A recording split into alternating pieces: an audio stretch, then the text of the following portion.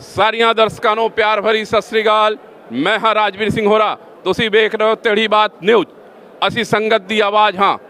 ਅਸੀਂ ਸੰਗਤ ਦੇ ਸਵਾਲ ਚੱਕਨੇ ਆ ਤੇ ਸੱਚ ਦੇ ਸਾਥ ਹਮੇਸ਼ਾ ਦਿੰਦੇ ਆ। ਸੱਚ ਨਾਲ ਕਦੀ ਕੋਈ ਸਮਝੌਤਾ ਨਹੀਂ ਕਰਨੇ ਹਾਂ। ਅੱਜ ਇੰਦੌਰ ਗੁਰੂ ਸਿੰਘ ਸਭਾ ਵੱਲੋਂ ਇੱਕ ਸਾਧਾਰਨ ਸਭਾ ਬੁਲਾਈ ਗਈ ਸੀ। ਇਸ ਸਾਧਾਰਨ ਸਭਾ ਦਾ ਕੀ ਏਜੰਡਾ ਸੀ ਉਸ ਨੂੰ ਲੈ ਕੇ ਅਸੀਂ ਚਰਚਾ ਕਰਾਂਗੇ। ਸਾਡੇ ਨਾਲ ਮੌਜੂਦ ਨੇ ਇੰਦੌਰ ਸ੍ਰੀ ਗੁਰੂ ਸਿੰਘ ਸਭਾ ਦੇ ਪ੍ਰਧਾਨ सरदार मनजीत सिंह भाटिया जी ते मुख्य चुनाव अधिकारी सरदार हरप्रीत सिंह सूदन जी। गल करांगे गुरु सिंह सभा के प्रधान सरदार मनजीत सिंह भाटिया जी नाल। जी भाटिया जी, दसो आज दे मीटिंग के अंदर एक प्रस्ताव आया कि राऊ दी संगत को भी वोटिंग का अधिकार देना है। इस तो लेके की कहना चाहते हो? वाहिगुरू जी का खालसा वाहिगुरू जी की फतेह। देखो अकाल तखत साहब तो हरप्रीत सिंह बख्शी जी ਨੂੰ चुनाव कराने वास्ते उन्होंने नियुक्त किया है कि श्री गुरु सिंह सभा इंदौर ਦੀਆਂ ਚੋਣਾਂ कराइया जान। ਅੱਜ ਜਿਹੜੀ ਸਾਧਾਰਨ ਸਭਾ ਬੁਲਾਉਣ ਦੇ ਦੋ ਹੀ ਮੁੱਦੇ ਸੀ। ਇੱਕ ਤੇ ਚੁਣਾਵ ਦੀ ਤਾਰੀਖ ਦਾ ਐਲਾਨ ਕਿ ਵੀ ਇਸ ਤਰੀਕ ਨੂੰ ਚੁਣਾਵ ਹੋਣਗੇ ਔਰ ਨਾਲ ਦੋ ਸਹਿਯੋਗੀ ਜਿਹੜੇ ਇਹਨਾਂ ਦੇ ਨਿਯੁਕਤ ਕਰਨੇ ਸੀ। ਇਹ ਦੋ ਏਜੰਡੇ ਸੀਗੇ। ਇਹ ਦੋਨੋਂ ਏਜੰਡੇ ਨੂੰ ਲੈ ਕੇ ਸਾਧਾਰਨ ਸਭਾ ਇੰਦੌਰ ਦੇ ਪਤਵੰਤੇ ਸੱਜਣਾ ਨੂੰ ਸੱਦਾ ਪੱਤਰ ਦੇ ਕੇ ਪੇਪਰ ਦੀ ਵਿਗਿਆਪਤੀ ਦੇ ਕੇ ਸੱਦਿਆ ਗਿਆ ਸੀਗਾ ਔਰ ਉਹਨਾਂ ਸਾਹਮਣੇ ਗੱਲ ਰੱਖੀ ਗਈ कि भी जी तारीख है वो शासन प्रशासन ਨੂੰ लिखती तौर पर दिता जाएगा। वो जी डेट देंगे कि साड़ा प्रशासनिक अमला उपलब्ध है वो तरीक ਨੂੰ ਅਸੀਂ चुनाव संपन्न करावांगे। यह चीज़ इन्होंने मुख्य चुनाव अधिकारी ने संगत ਨੂੰ दसी और चुनाव अधिकारी ਜਿਹੜੇ सहयोगी ने उन्होंने वास्ते ਤੁਸੀਂ लिखती तौर पर दे दो बई जिन्हें सहयोगी देने ने तो असी उन्होंने फिर विचार करके दसांगे संगत ਨੂੰ। यह चीज़ सब मुख्य चुनाव अधिकारी ने अपने दोनों चीज़ा उन्होंने दिखी है क्योंकि अकाल तखत ने साफ लिखा है कि अगर इंदौर श्री गुरु सिंह सभा की प्रधान सहयोग नहीं करता तो सानू दसो। हुण दसोगे मैनू पता है अडाक कमेटी बनाने के चक्कर च ने कि भी संगतां दे जिहड़े काम ने वो रुकण लगातार पिछले 1 साल तो प्रयास चल रहे हैं। चोण करानी है, चोण की प्रक्रिया चलती है, वो निर्धारित समय पर नहीं पहुँच पाती। हुण जिवें पिछली बार भी चुनाव क्यों नहीं होए क्योंकि इन्होंने चुनाव वोटर लिस्ट फाइनल नहीं की क्योंकि ਜਿਹੜੇ दूसरे ਬੰਦਿਆਂ ਦੇ ਕ੍ਰਾਈਟੇਰੀਆ ਸੀ ਜਿਹੜੇ ਬਾਹਰਲੀ ਨਗਰ ਨਿਗਮ ਤੋਂ ਬਾਹਰ ਦੀ ਸੰਗਤ ਸੀ ਜਾਂ ਸਹਿਜਧਾਰੀ ਸੀ ਉਹਨਾਂ ਨੂੰ ਫਾਰਮ ਨਿਰਸਤ ਕਰਕੇ ਔਰ ਵੋਟਰ ਲਿਸਟ ਦਾ ਪ੍ਰਕਾਸ਼ਨ ਕਰਨਾ ਸੀ। ਇਹ ਖਾਮੀ ਕਰਕੇ ਚੁਣਾਵ ਅੱਗੇ ਵਧ ਗਏ। ਫਿਰ ਅਕਾਲ ਤਖਤ ਤੇ ਸ਼ਿਕਾਇਤ ਹੋਈ ਕਿ ਵੀ ਇਸ ਤਰ੍ਹਾਂ ਹੋ ਰਿਹਾ ਹੈ ਇਸ ਤਰ੍ਹਾਂ ਹੋ ਰਿਹਾ। ਉਹ ਆਪਣੀ ਗਲਤੀ ਨਹੀਂ ਦੱਸ ਰਹੇ ਕਿ ਵੀ ਜਿਹੜੀ ਅਸੀਂ ਕਮੇਟੀ ਨਿਯੁਕਤ ਕੀਤੀ ਜਾਂ ਜਿਹੜੇ ਜਿਨ੍ਹਾਂ ਦੀ ਡਿਊਟੀ ਲਗਾਈ ਸੀ ਉਹਨਾਂ ਨੇ ਇਹ ਖਾਮੀ ਰੱਖੀ ਔਰ ਚੀਜ਼ ਨੂੰ लेट होंदे होंदे इन्नी लेट हो गई कि तारीख नज़दीक आ गई और चोणां नहीं हो पाई। हुण अज भी वही गल आई है कि राऊ की संगत नूं जोड़ो, बेटमा साहब की संगत नूं जोड़ो तो उन्होंने वोट पाने का अधिकार होए। हुण फिर यह चीज़ एक तरीके नाल सोचो समझो तो फिर यह चीज़ अगे जाएगी कि लिस्ट का प्रकाशन नहीं हो पाएगा। फिर यह सब समय टाइम किलिंग चीज़ां ने मतलब समय का मतलब मान लो कि टाइम टेकिंग ने समय लैणगियां तो समय लैन गया तो फिर चोणां अगे जाण गया। तो हुण वो चीज़ नूं लै करके हुण नवे नवे प्रस्ताव आए ने संगतां दे। इह सब दा जिहड़ा निराकरण है मुख्य चुनाव अधिकारी हरप्रीत सिंह बख्शी जी नूं करना है कि भी यह जिहड़ा प्रक्रिया चल पई सी नामांकन हो चुक्या सीगा। सारे फॉर्म भी उन्हां कोल ने जिन्हां ने फॉर्म भरे वो भी उन्होंने रख ले अपने कोल और उस चीज़ नूं प्रोसैस नूं इन्हां ने वापस कैंसल करना है या वही प्रोसैस रहेगा। अज सभा च सारी गल्लां होणियां सी जिहड़ी गल्लां संगतां दे सामने रखणियां सी और उन्होंने रखियां और उन्होंने कहा असीं लिखती तौर पर देवांगे। नहीं, आप जी ये कह रहे हो कि ये सब सुनियोजित तरीके नाल पहले होया चुनाव नूं टालन की कोशिश की गई और बार बार की गई ताकि आप जिन्हों गुनहगार अकाल तख्त दे साहिब दे सामने आप जिन्हों गुनहगार साबित करके कमेटी बनवाई जाए। और अज का जो एजेंडा है अज का पहले तो मतलब जो साधारण सभा बुलाई गई वह कोई घोषित एजेंडा नहीं सी। संगत तो ये नहीं पता कि किस विषय के उत्ते चर्चा होएगी। दूजी श्री अकाल तख्त के जत्थेदार जी का स्पष्ट आदेश है कि मुख्य चुनाव अधिकारी साधारण सभा बुलाकर चुनाव की तारीख की घोषणा करेंगे और संविधान के अनुसार चुनाव करवाएंगे। तो ये पुराने संविधान बाईलॉज अमेंडमेंट एदा तो कोई औचित्य नहीं ना। जत्थेदार साहब जी का आदेश है, अकाल तख्त साडी सर्वोच्च संस्था है, उन्होंने स्पष्ट तौर पर आदेश दिता गया मुख्य चुनाव अधिकारी को कि तुसी साधारण सभा बुला के चुनाव की तारीख की घोषणा करो और इस काम के लिए चुनाव करवाने लई तुसी अपने नाल दोस्त गुरसिख सहायक चोण अधिकारी नियुक्त कर सकते हो। अज भी 25 दिन हो गया, उसके बाद एक कदम भी इस दे उत्ते कोई अगे बढ़ता हुआ दिख नहीं रहा। तो ਇਹਦਾ मतलब यही होया ना कि चुनाव करवाने की कोई मनसा नहीं दिखती है की है। अब दूजी गल मैं ये कह रहा सी कि 8 तारीख ਨੂੰ इंदौर हाई कोर्ट का फैसला आया सी। हाई कोर्ट ने रजिस्ट्रार ਨੂੰ ਇਹ ਕਿਹਾ ਸੀ कि ये जो सहजधारी के मुद्दे ਤੇ निर्णय ਦਿਓ ਤੇ सूची फाइनल करके 2 हफ्ते के अंदर कार्रवाई करके चुनाव करवाओ। एक महीने तो उत्ते समय हो गया और गाड़ी फिर असी उत्थे दे उत्ते ही खलोते होया। अगर नियम के विरुद्ध कोई भी काम होएगा तो कोई भी बंदा कोर्ट जाएगा। देखो इस तरह हैगा कि पिछले 1 साल तो श्री गुरु सिंह सभा की चोणां वास्ते अकाल तख्त साहब चिट्ठी कटते हैं जी, ठीक है जी जी। और चिट्ठी आने तो पहला ही इत्थे पता होंदा है कि भी 13 अगस्त ਨੂੰ ਚੋਣ ਹੋਣਗੀਆਂ, फिर भैया 17 सितंबर ਨੂੰ ਹੋਣਗੀਆਂ। चिट्ठी और उधरों निर्देश बाद ही आते हैं। इंदौर की संगत पहला ही इस चीज़ ਨੂੰ ਲੈ ਕੇ ਜਾਣੂ है। ਹੁਣ ਜਿਹੜੀ ਸੰਗਤੀ ਤੌਰ ਤੇ ਗੱਲ ਕਰੀਏ ਤੇ ਸੰਗਤ इंदौर की ਚੋਣਾਂ नहीं ਚਾਹੁੰਦੀਆਂ। और गुरु सिंह सभा के जिन्ने भी सेवा हुई है, कमेटी ने सेवा दी है, संगत बहुत खुश है, बहुत प्रसन्न है, चढ़दी कला च है। लेकिन कुछ लोग चोणां कराना चाहते हैं, वो हर जगह होंदा है।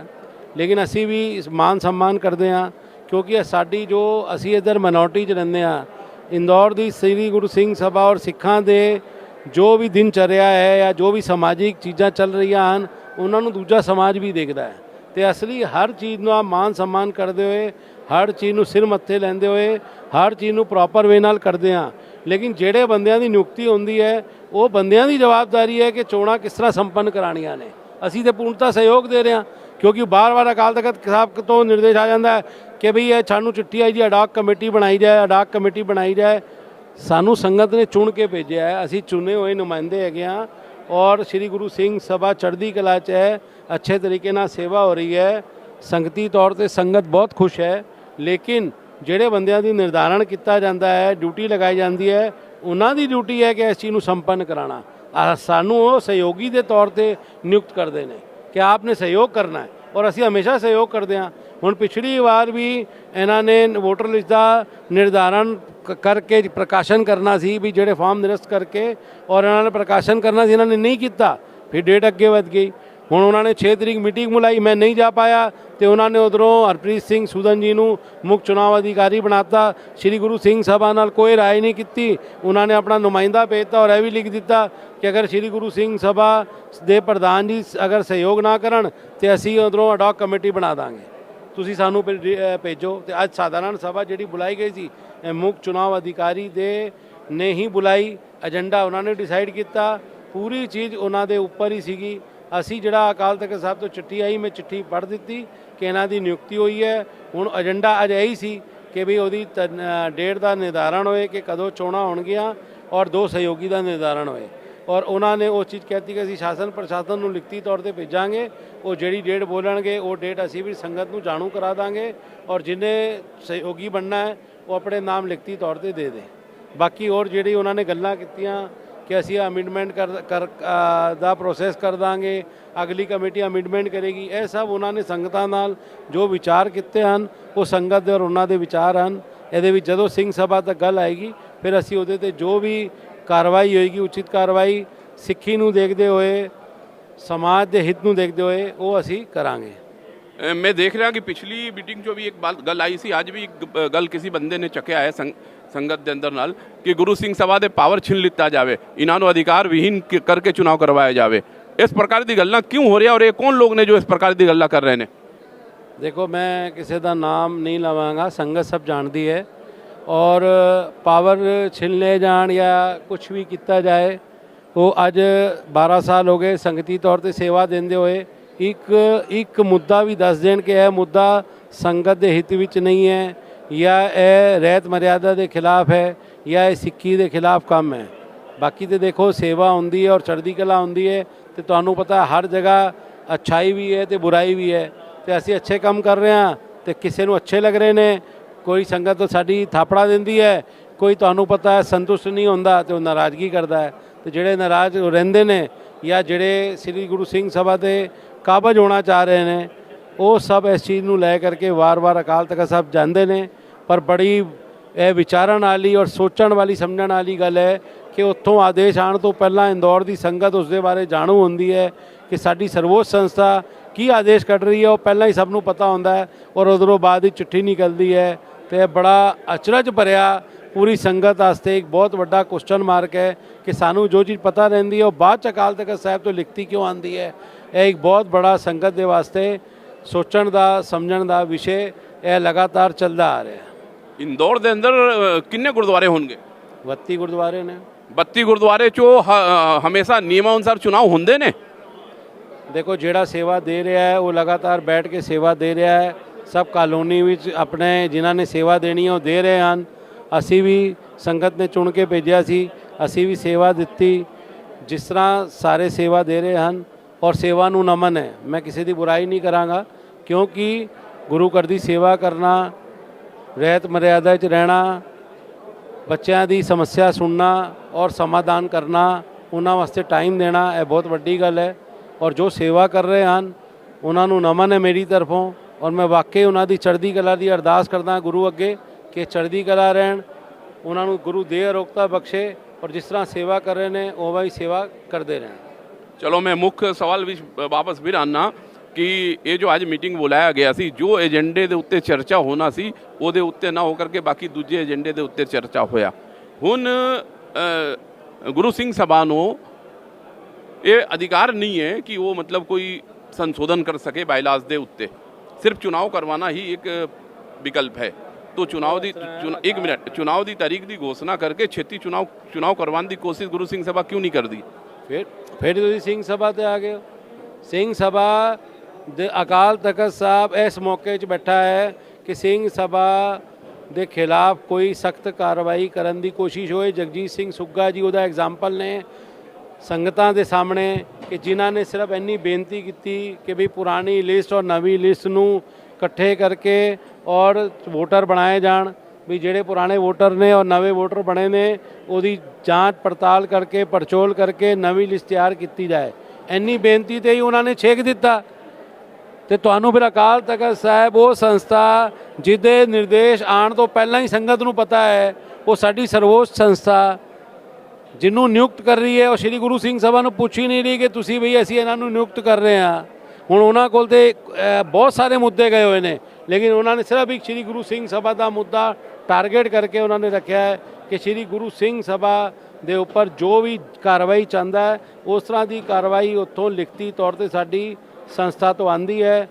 ਸੰਗਤ ਨਿਰਧਾਰਿਤ ਹੋ ਜਾਂਦਾ ਹੈ, ਉਹਨਾਂ ਕਿਸੇ ਨਾ ਕਿਸੇ ਨੂੰ ਕਮੇਟੀ ਬਣਾ ਦਿੰਦੇ ਨੇ, ਲੇਕਿਨ ਉਹ ਉਸ ਲਕਸ਼ ਤੱਕ ਪਹੁੰਚ ਨਹੀਂ ਪਾਉਂਦਾ। ਕੋਈ ਨਾ ਕੋਈ ਮਾਮਲਾ ਨੇੜੇ ਆ ਕੇ ਰੁਕ ਜਾਂਦਾ ਹੈ ਔਰ ਜਿਹਦੇ ਕਰਕੇ ਸੰਗਤ ਅੱਗੇ ਆ ਸਮਾਜ ਦੇ ਅੰਦਰ ਇਹ ਚੀਜ਼ ਜਾਂਦੀ ਹੈ ਕਿ ਵੀ ਸ਼੍ਰੀ ਗੁਰੂ ਸਿੰਘ ਸਭਾ ਚੋਣਾਂ ਨਹੀਂ ਕਰਾਉਣਾ ਚਾਹੁੰਦੀ। ਕਿਉਂ ਨਹੀਂ ਕਰਾਉਣਾ ਚਾਹੁੰਦੀ? ਅਸੀਂ ਤਾਂ ਬਿਲਕੁਲ ਸੰਗਤੀ ਤੌਰ 'ਤੇ ਚੁਣ ਕੇ ਆਏ ਹਾਂ, ਸੰਗਤ ਦੇ ਹਿੱਤ ਵਿੱਚ ਆ, ਰਹਿਤ ਮਰਿਆਦਾ ਵਿੱਚ ਸਾਰੀ ਪੂਰੀ ਕਮੇਟੀ ਰਹਿੰਦੀ ਹੈ, ਸੰਗਤਾਂ ਵਾਸਤੇ 24 ਘੰਟੇ ਹਾਜ਼ਰ ਰਹਿੰਦੀ ਹੈ, ਗੁਰੂ ਘਰ ਦੀ ਸੇਵਾ ਕਰ ਰਹੀ ਹੈ, ਸਿੱਖੀ ਸਰੂਪ ਵਿੱਚ ਹੈ। ਅੱਜ ਦੀ ਤਰੀਕੇ 'ਚ ਜਿਹੜੇ ਲੋਕ ਵੀ ਮੁੱਦੇ ਚੁੱਕ ਰਹੇ ਹਨ ਉਹ ਆਪਣੇ ਆਪ ਨੂੰ ਦੇਖਣ ਕਿ ਉਹ ਕਿਸ ਤਰ੍ਹਾਂ ਦੇ ਸਰੂਪ ਵਿੱਚ ਰਹਿੰਦੇ ਹਨ ਔਰ ਜਿਹੜੇ ਮੁੱਦੇ ਲੈ ਕੇ ਜਾ ਰਹੇ ਹਨ ਸੰਗਤਾਂ ਨੂੰ ਵੀ ਪਤਾ ਹੈ ਕਿ ਉਹ ਕਿਸ ਤਰ੍ਹਾਂ ਦੇ ਬੰਦੇ ਹਨ ਜਿਹੜੇ ਇਹ ਮੁੱਦੇ ਲੈ ਕੇ ਜਾ ਰਹੇ ਹਨ। ਔਰ ਸਮਾਜਿਕ ਤੌਰ 'ਤੇ ਸਾਡੀ ਸਰਵੋੱਚ ਸੰਸਥਾ ਤੋਂ ਆਰਡਰ ਆਉਣ ਤੋਂ ਪਹਿਲਾਂ, ਲਿਖਤੀ ਤੌਰ 'ਤੇ ਆਰਡਰ ਆਉਣ ਤੋਂ ਪਹਿਲਾਂ ਸੰਗਤ ਨੂੰ ਪਤਾ ਹੁੰਦਾ ਹੈ, ਪਟਾਕੇ ਫੁੱਟ ਰਹੇ ਹੁੰਦੇ ਨੇ ਕਿ ਇਹ ਹੋ ਰਿਹਾ ਜੀ, ਇਹ ਹੋ ਰਿਹਾ ਹੈ, ਔਰ ਉਹਦੇ ਬਾਅਦ ਉਧਰੋਂ ਲਿਖਤੀ ਆਦੇਸ਼ ਆਉਂਦਾ ਹੈ।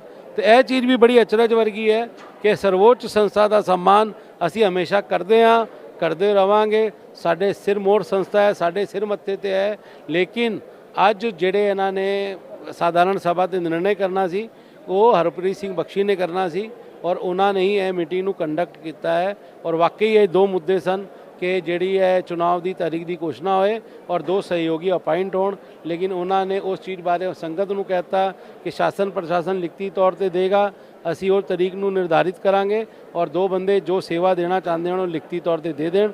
ਇਹੀ ਦੋ ਮੁੱਦੇ ਸਨ ਔਰ ਦੋਨੋਂ ਮੁੱਦੇ ਉਹਨਾਂ ਨੇ ਗੱਲ ਕਰਕੇ ਔਰ ਅੱਜ ਸਭਾ ਦਾ ਸਮਾਪਨ ਹੋਇਆ। ਹੁਣ ਗੁਰੂ ਸਿੰਘ ਸਭਾ ਕੀ ਕਰੇਗੀ? ਗੁਰੂ ਸਿੰਘ ਸਭਾ ਤੁਸੀਂ ਮੁੱਖ ਗੁਰੂ ਸਿੰਘ ਸਭਾ ਸੰਗਤ ਦੀ ਸੇਵਾ ਕਰ ਰਹੀ ਹੈ, ਜਦ ਤੱਕ ਹੈ ਸੇਵਾ ਕਰੇਗੀ। ਕੋਈ ਵੀ ਨੁਮਾਇੰਦਾ ਜਿਹਨੂੰ ਸੰਗਤ ਚੁਣ ਕੇ ਭੇਜੇਗੀ ਉਹਨੂੰ ਅਸੀਂ ਸਿਰ ਮੱਥੇ ਤੇ ਪ੍ਰਵਾਨ ਕਰਾਂਗੇ। ਸੰਗਤ ਜਿਹਨੂੰ ਸੇਵਾ ਲਾਏਗੀ ਉਹਨੂੰ ਇਹ ਸੇਵਾ ਮਿਲੇਗੀ। ਹੁਣ ਜਿਹੜੀ ਚੀਜ਼ ਪ੍ਰੋਸੈਸ ਜਿਹੜਾ ਚੁਣਾਵ ਦਾ ਇਲੈਕਸ਼ਨ ਦਾ ਔਨ ਹੈ ਉਹ ਹੁਣ ਉਹਦੇ ਵਿੱਚ ਕੋਈ ਵੀ ਚੀਜ਼ ਨਹੀਂ ਹੈ ਮੈਂ ਤੇ ਹਰ ਵਾਰ ਇਹ ਗੱਲ ਕੀਤੀ ਹੈ ਕਿ ਵੀ ਸਰਬਸੰਮਤੀ ਨਾਲ ਸੰਗਤ ਸਾਹਮਣੇ ਆਏ, ਗੁਰੂ ਘਰ ਦੀ ਸੇਵਾ ਕਰੇ, ਔਰ ਜਿਹੜੇ ਸੇਵਾ ਐਕਚੁਅਲ ਕਰਨ ਵਾਲੇ ਹਨ ਉਹ ਸਾਹਮਣੇ ਨਹੀਂ ਆਉਂਦੇ ਹਨ, ਲੇਕਿਨ ਉਹ ਆਣ, ਸੇਵਾ ਸੰਭਾਲਣ, ਨਈ ਪੁਨੀਰੀ ਨੂੰ ਸੰਭਾਲਣ, ਉਹਨਾਂ ਨੂੰ ਆਪਣੇ ਇਤਿਹਾਸ ਤੋਂ ਜਾਣੂ ਕਰਾਉਣ, ਸਿੱਖੀ ਦੇ ਇਤਿਹਾਸ ਤੋਂ ਜਾਣੂ ਕਰਾਉਣ, ਸਿੱਖੀ ਬਾਰੇ ਉਹਨਾਂ ਨੂੰ ਪਤਾ ਹੋਣਾ ਚਾਹੀਦਾ ਹੈ, ਆਪਣੇ ਧਰਮ ਬਾਰੇ ਪਤਾ ਹੋਣਾ ਚਾਹੀਦਾ ਹੈ। ਇਹੀ ਸ਼੍ਰੀ ਗੁਰੂ ਸਿੰਘ ਸਭਾ ਇੰਦੌਰ ਦਾ ਦਾਇਿਤਵ ਹੈ ਕਿ ਬੱਚੇ ਨਈ ਪਨੀਰੀ ਦੀ ਸੰਭਾਲ ਕਰੇ ਔਰ ਅੱਛੇ ਬੰਦੇ ਅੱਗੇ ਆਣ। ਇਹੀ ਅਸੀਂ ਸੰਗਤ ਅੱਗੇ ਵੀ ਅਪੀਲ ਕਰਦੇ ਹਾਂ। ਭੁੱਲਾਂ ਚੁੱਕਾਂ ਦੀ ਖਿਮਾ। ਵਾਹਿਗੁਰੂ ਜੀ ਕਾ ਖਾਲਸਾ, ਵਾਹਿਗੁਰੂ ਜੀ ਕੀ ਫਤਿਹ। ਇਹ ਸਨ ਸਾਡੇ ਨਾਲ ਗੁਰੂ ਸਿੰਘ ਸਭਾ ਦੇ ਪ੍ਰਧਾਨ ਸਰਦਾਰ ਮਨਜੀਤ ਸਿੰਘ ਭਾਟੀਆ ਜੀ। ਬੜੇ ਤਿੱਖੇ ਸਵਾਲ ਦਾ ਵੀ ਬੜੇ ਸਰਲ ਤਰੀਕੇ ਨਾਲ ਜਵਾਬ ਦਿੰਦੇ ਨੇ। ਵਾਹਿਗੁਰੂ ਜੀ ਕਾ ਖਾਲਸਾ, ਵਾਹਿਗੁਰੂ ਜੀ ਕੀ ਫਤਿਹ।